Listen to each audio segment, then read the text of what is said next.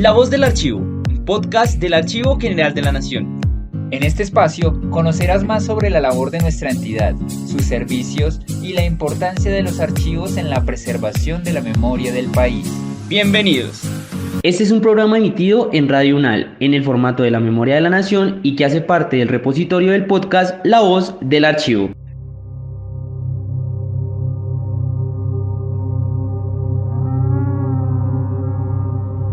En el principio, dicen los guayú, estaban Juyá y Ma, el abuelo lluvia y la abuela tierra. Su amor llenaba el desierto de vida, pero hoy ese equilibrio se rompe. Los pozos están secos, los rituales se olvidan y el abuelo Juyá solo visita a su pueblo con furia, en forma de huracanes que arrastran hasta la esperanza.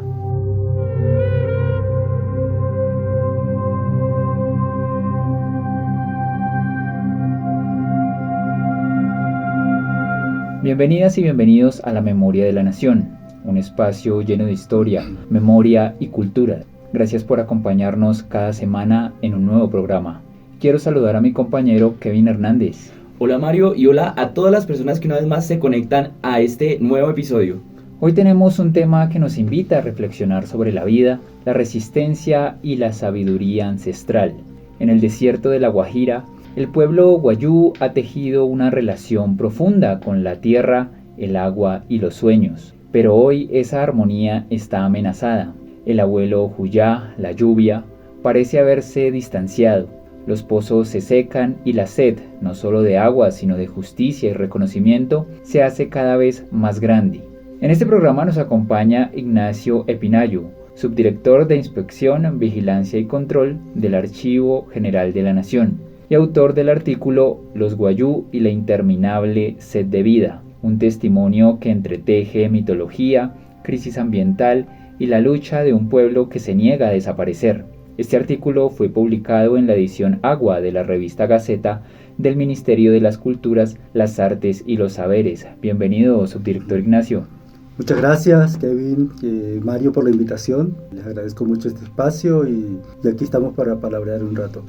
Bueno, Ignacio, gracias de nuevo por acompañarnos en este programa y yo quisiera empezar preguntándote cómo explica la mitología guayú la conexión entre la lluvia o Juyá y la tierra, Ma, y por qué cree que esta relación se ha fracturado. Desde la mitología guayú, los mitos en general buscan explicar cómo funciona el mundo, y desde la historia fundacional que tenemos los guayú, nosotros tenemos dos abuelos. El uno representa la lluvia, que se llama Juyá. Juyá tiene la característica de que es móvil, se mueve por toda la península de La Guajira. Por otro lado está nuestra abuela Ma, que es la tierra, que es inmóvil y representa mucho la organización social del pueblo guayú. Es decir, mientras el hombre se mueve por toda la península de La Guajira por su actividad económica también, pero también históricamente puede tener una o más esposas que están asentadas en el territorio, que a su vez representan a la tierra, o sea, Ma. ¿Por qué se ha fragmentado? Por la modernidad, por cambios culturales, por imposición de la educación, de la religión, de la economía globalizada y todo lo demás. Ese vínculo espiritual no se ha roto definitivamente, sino que consideramos que está debilitado, y creo que es el ejercicio de las nuevas generaciones, de la mano de las generaciones que ya llevamos cierto tiempo, revitalizar la cultura, y es una forma de reencontrarnos con la vida, con los sueños, con la lluvia y con la tierra misma. Ignacio, en su artículo menciona que el abuelo Juyá está molesto porque dejamos de soñarlo. ¿Podría explicarnos cómo los sueños y los rituales tradicionales mantenían el equilibrio con la naturaleza? En la cultura guayú la palabra buenos días no existe. Tampoco existe la palabra buenas noches para despedirnos. Cuando nos vamos a acostar decimos que tengas buenos sueños. Decimos en guayunaiki, anes japurapuin. Cuando nos despertamos no decimos buenos días, sino que preguntamos qué soñaste. Casa purapuinka, arapujaya shepia. Cuando sistemáticamente un guayú no dice que dejó de soñar o no sueña, dice marapuin saitaya, es decir, no tengo sueño. Las personas mayores hacen como una especie de sanción moral y lo recriminan y le dicen guayú ya shepia, ¿acaso no eres guayú? Digamos que ahí, para explicar que la cotidianidad de los que somos miembros de la cultura guayú está basada en los sueños. Siempre estamos soñando, soñamos socialmente y ese sueño social, por decirlo de alguna manera, condiciona nuestra rutina diaria que vamos a vivir. Hay dos tipos de sueño. Un sueño, Lapu es sueño. Cuando hay un sueño que predice tragedias, que predice malas noticias, lo llamamos Lapu Kasachiki. Cuando hay Lapu Kasachiki hay que hacer una serie de rituales para que esos infortunios que predicen los sueños no se materialicen. Bueno, pues es un dato bastante interesante acá el que nos está contando Ignacio para todas las personas que en este momento nos están escuchando. Y yo quisiera preguntar también qué enseñanzas de los ancestros guayú podrían ayudar a enfrentar las crisis climáticas que se presentan y la escasez de agua en La Guajira. Las comunidades indígenas en general, al tener una relación estrecha, una relación indivisible además con la naturaleza, se ve la naturaleza como parte mía y yo parte de la naturaleza. En esa medida, la naturaleza deja de ser un recurso por explotar, sino un recurso para vivir en armonía. Por ejemplo, nosotros los guayú tenemos una generación de guayús. La primera generación de guayú, como lo dije inicialmente, está representado en Juyá, la lluvia y más la tierra. Luego hay una segunda generación de guayú que corresponden a las plantas. Primero surgieron las plantas y luego vino una tercera generación de guayú que son los animales. De hecho, cada guayú se identifica con un animal totémico que lo identifica. Y la cuarta generación de guayú somos nosotros, las personas que estamos hablando por este micrófono, por ejemplo. Entonces, en esa cuarta generación del pueblo guayú siempre nos mantenemos unidos a la naturaleza. No vemos los recursos como lo ven otras civilizaciones, como un recurso para ser explotado, como un recurso para sacarle lucro, como un recurso para generar una actividad económica y explotarla al máximo. Para nosotros, una montaña es una montaña que tiene vida propia. Kainsu, Uchika le decimos para decir, la montaña tiene alma. Alguien que le haga una exploración a esa misma montaña encuentra una veta de oro y lo va a ver como un recurso para explotar, independiente del impacto ambiental que eso pueda tener. Para nosotros no va a ser de esa manera. Creo que de las enseñanzas que pueden las comunidades indígenas en general, que este ecosistema donde vivimos, este mundo donde vivimos, siempre va a estar. Y en la medida en que lo expoliemos, va a ser más difícil la sostenibilidad de la vida en el planeta. Porque al ser un ecosistema, al ser un espacio vital, en el momento en que tú comiences a lesionar, por ejemplo, una montaña que resguarda las gotas de agua para que fluyan los ríos, pues ahí comienza a dañarse el ecosistema. Y creo que las comunidades indígenas han hecho un importante ejercicio de conservación de la naturaleza por las razones que ya he planteado. Somos uno con la naturaleza y no un recurso por explotar.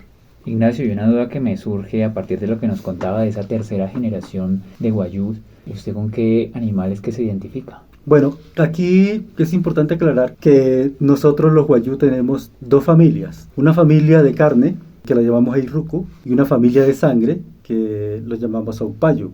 Entonces, mis apellidos, en la cédula que tengo, es Epinayú Pushayna. Pero yo no pertenezco a la familia de los Epinayú, sino a la familia de los Pushayna, porque yo vengo por la línea de mi mamá, la línea materna. El sistema social guayú se organiza a través del matrilinaje, es decir, por la línea materna. En el caso de los Pushayna, por ejemplo, los Pushayna se identifican con el burro como animal totémico. Yo tengo otra duda y es, usted menciona que hay 4 generaciones, ¿sí? Pero entonces, digamos, ¿cuál es esa etapa para pasar a una nueva generación? ¿Cuánto sería el tiempo? ¿Cómo denominan para que exista una nueva generación? No, esos son tiempos mismos que se van dando en la evolución de la naturaleza. Para nosotros es claro que, contrario al mundo andino, en donde decimos que la Pachamama, la madre tierra, para nosotros no concebimos la tierra como nuestra madre, sino como nuestra abuela primigenia. Y luego se fue dando la vida en un proceso natural hasta que surgimos nosotros los guayú. Pero no hay una etapa que uno pueda decir en tantos siglos o en tantos años pueda que salga una nueva generación. No sabemos cuál sea la quinta generación. Por ahora sabemos que somos la cuarta generación, pero no sabemos si habrá una quinta generación inclusive, con tantas amenazas que hay sobre la vida en el planeta actualmente. Correcto, subdirector. ¿Cómo afectan fenómenos como el cambio climático y la minería a los ciclos tradicionales de lluvia y sequía en La Guajira? Antiguamente, desde que yo era niño, siempre se hablaba de 2 periodos de lluvia. Una lluvia menor que se daba en los primeros meses del año y una lluvia mayor que se daba en los últimos meses del año. Esa lluvia menor la llamábamos igua, como que esa igua preparaba el cultivo, y la lluvia mayor era la que tenía la posibilidad de recoger agua para el ciclo siguiente.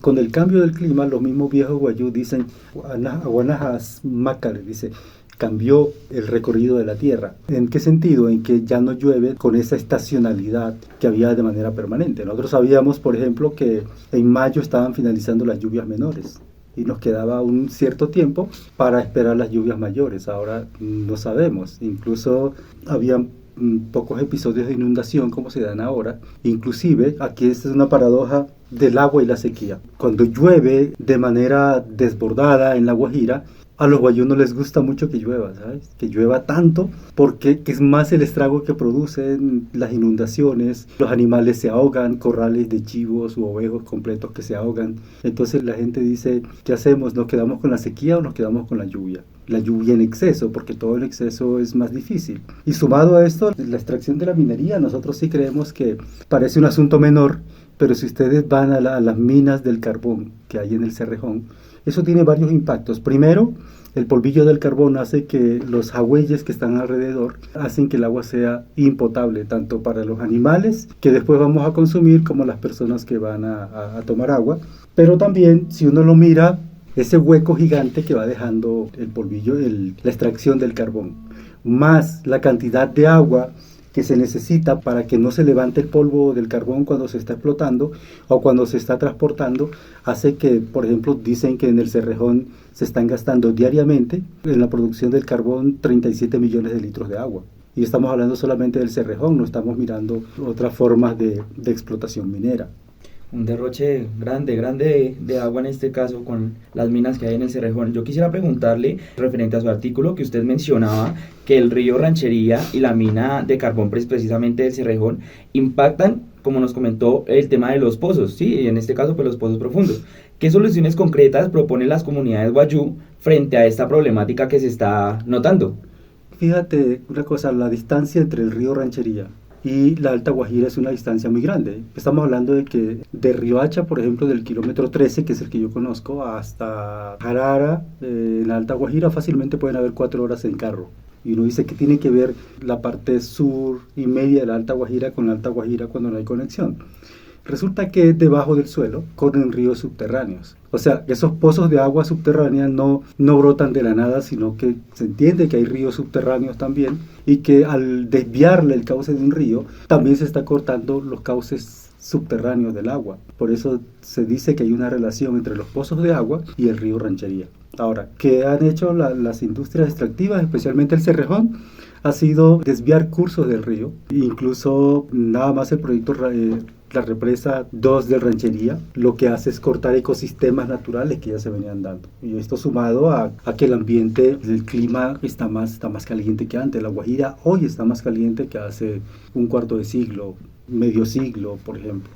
Me gustaría también que nos contara a nosotros y a todas y todos nuestros oyentes qué es el sistema de Onowa, habitar temporalmente, para la comunidad guayú, y por qué ya no funciona como antes, y bueno, que nos cuente las consecuencias que tiene para la solidaridad entre las familias guayú.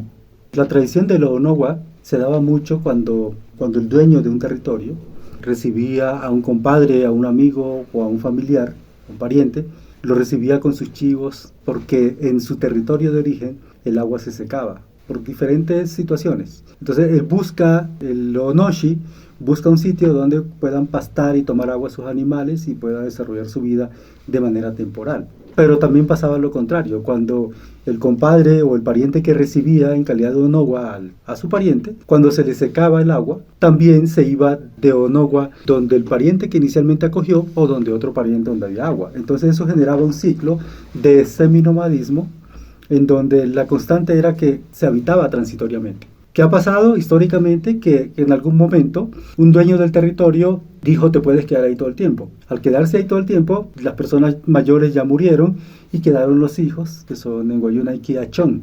Los Achón seguramente nunca les explicaron que ellos tienen un territorio de origen y se quedaron ahí. Y eso generó disputas territoriales entre los herederos de los dueños tradicionales y los herederos de los Onowa. Sumado a eso, el gobierno nacional, el Estado colombiano a través del gobierno nacional, expidió normas que le dieran facultades jurídicas a los pueblos indígenas para que se organizaran y pudieran recibir recursos del Sistema General de Participación. ¿Qué quiere decir eso? Que actualmente se están generando conflictos territoriales entre miembros de los mismos clanes y también entre diferentes clanes, disputas territoriales que lo que buscan es tener un control del territorio para poder recibir recursos del Estado. Por eso se ha perdido la tradición de la Onowa y porque la mayor parte de la búsqueda de soluciones ya no está en el territorio mismo, sino que se busca en la urbanización, en centros urbanos. Por ejemplo, aquí en Bogotá, la fuente principal de empleo en este momento son las empresas de floricultura en la sabana de Bogotá. Ustedes van a Mosquera, a Funza, a Chipaque y van a encontrar cantidades de muchachos guayú que se vinieron a buscar mejores oportunidades. Ellos están en condición de onoshi en esos sitios porque van a volver a su territorio en algún momento. Ignacio, ya que mencionas el tema con el gobierno, yo quisiera preguntarte, en este caso, ¿por qué las iniciativas que ha planteado el gobierno para llevar agua a La Guajira han fracasado? Y en este caso, ¿es por una falta de comprensión cultural o hay intereses económicos o que pueden existir detrás de esto?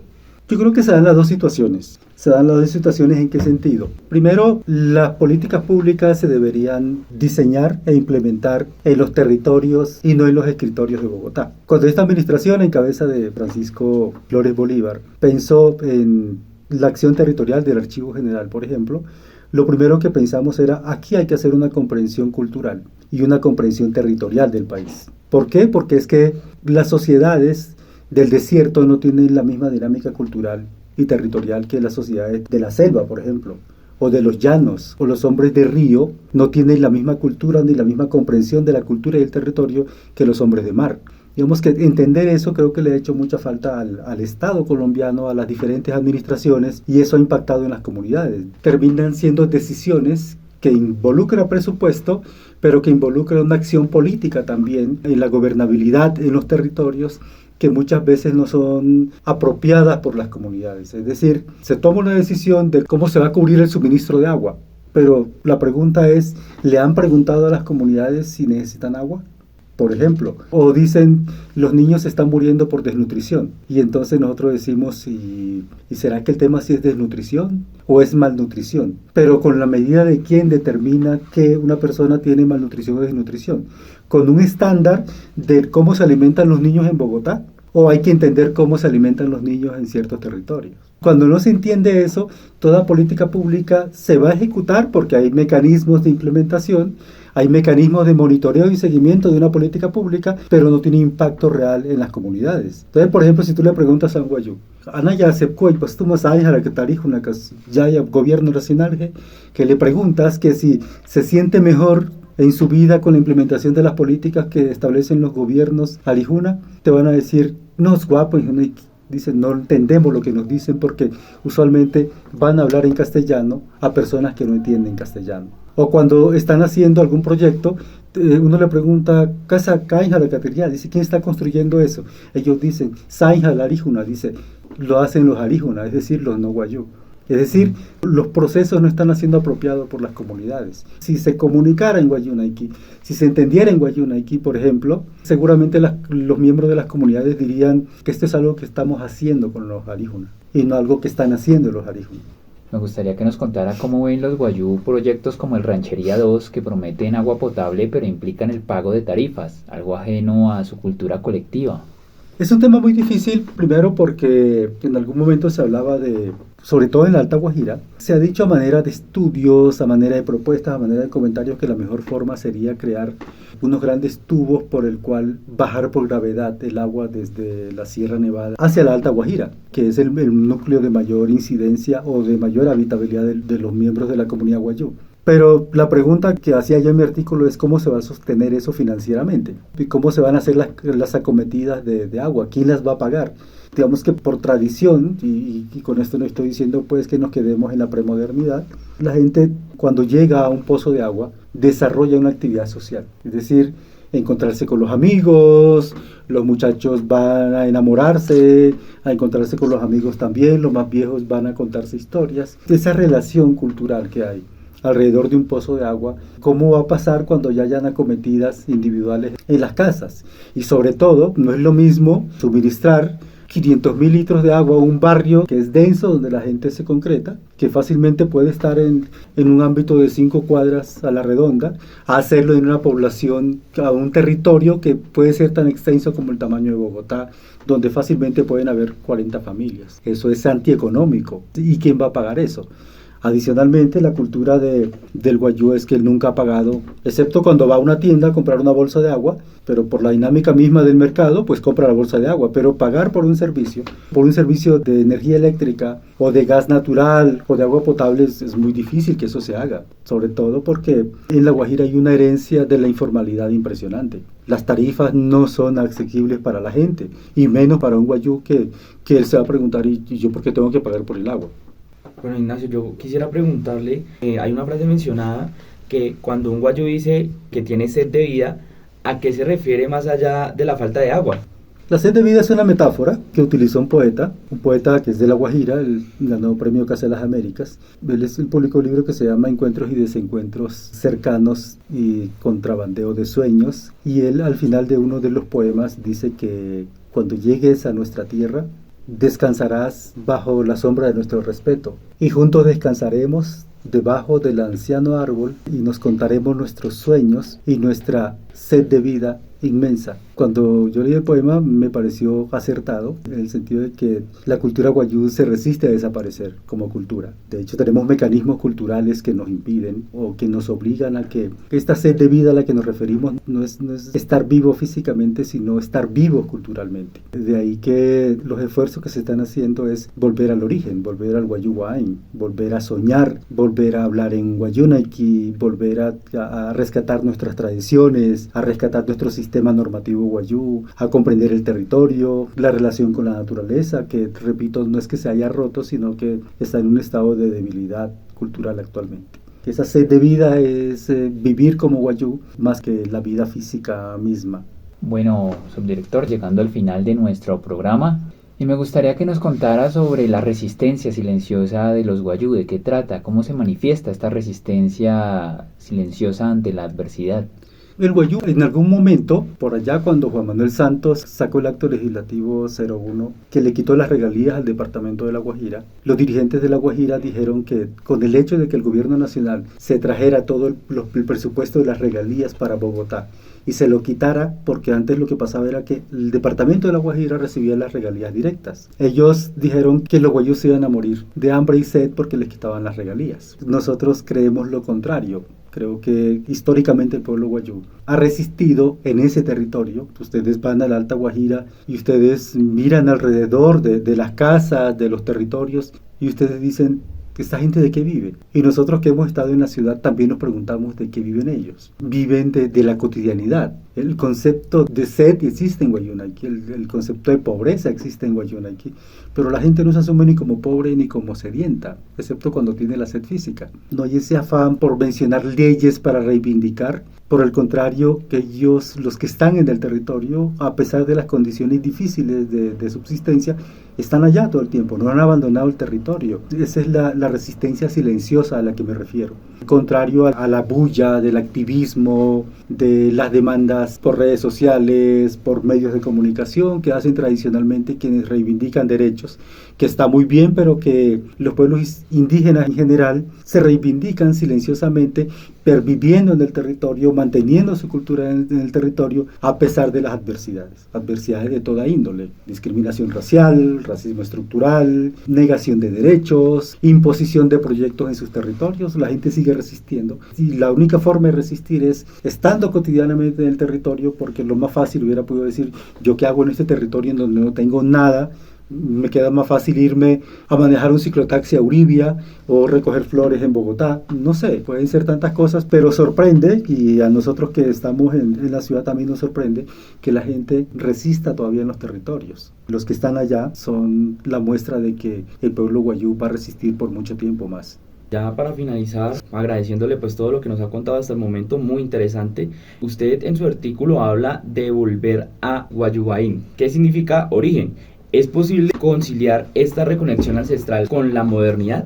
Aquí hay un debate en el ámbito nacional, y es que históricamente la nación colombiana le gusta lo indígena, pero para mostrarlo como algo exótico. Pero cuando el indígena va a reclamar sus derechos, la gente se pregunta qué hace esta indiamenta acá. Y creo que sobre eso hubo un escándalo reciente en redes sociales. Los indígenas somos bonitos mientras nos ponemos la indumentaria, la pluma en la cabeza, nos pintamos la cara y decimos palabras que ustedes no comprenden y nos muestran como la diversidad de la nación colombiana. Pero cuando vamos a reclamar nuestros derechos legítimos ancestrales, ya no somos tan bonitos para la sociedad colombiana. Y creo que ese encuentro del Wayuu Guain creo que es nuestra fuerza de resistencia. Cuando ustedes van a una comunidad Wayuu y ellos notan en la misma persona Wayuu comportamientos que no corresponden a la cultura misma, ellos, los que están allá, hacen como una especie de rechazo en el sentido de que dicen Arijuna Chipanacho, dice ya Nacho se volvió Arijuna, es decir, es una forma de resistencia. Y la única forma de vencer esa resistencia es decir, no, yo también sueño, yo también tengo mi lengua, yo también pertenezco a Neiruku, pertenezco a un clan y soy de ustedes también. En el momento en que se cierra esa resistencia, es el momento de enseñarle lo mismo a los niños por el tema de la modernidad. Para nadie es un secreto que TikTok y las redes sociales son atractivas, pero también hay que volver al origen, volver a soñar, volver a hablar en Guayunequi, volver a las tradiciones, es volver a la esencia nuestra, y eso no es ir en contra de la modernidad, porque nosotros en Alta Guajira utilizamos estos dispositivos de celulares. Lo mágico del uso de la tecnología, por ejemplo, es que todavía nos comunicamos en nuestra lengua nativa. Finalmente esto termina siendo un instrumento más de dinamización de la cultura que un instrumento de imposición cultural, y así aplica para todo también. Bueno, Ignacio, no me queda nada más que agradecerle por aceptar la invitación a este episodio de La Memoria de la Nación. Muchísimas gracias. Bueno, muchas gracias a ustedes por la invitación, y desde el Archivo General de la Nación, que es la casa donde me encuentro en este momento, seguiremos construyendo el cambio cultural que el país necesita, el cambio cultural a través de la comprensión territorial y cultural, el cambio en el imaginario de nación que ha venido siendo impuesto de manera sistemática e histórica en la nación colombiana, para entender que la idea de tener un país diverso, multicolor y alegre no es una retórica, sino que es un hecho de la vida real que vemos cuando llegamos a los territorios en donde el Archivo General ha tenido la oportunidad de llegar. Muchísimas gracias, Ignacio. Y bueno, de esta manera finalizamos este diálogo cultural en la memoria de la nación, un programa realizado por el Archivo General de la Nación y transmitido a través de Radio UNAL. Muchas gracias, Ignacio, y muchas gracias a todos los que nos acompañan en este episodio. Hasta pronto.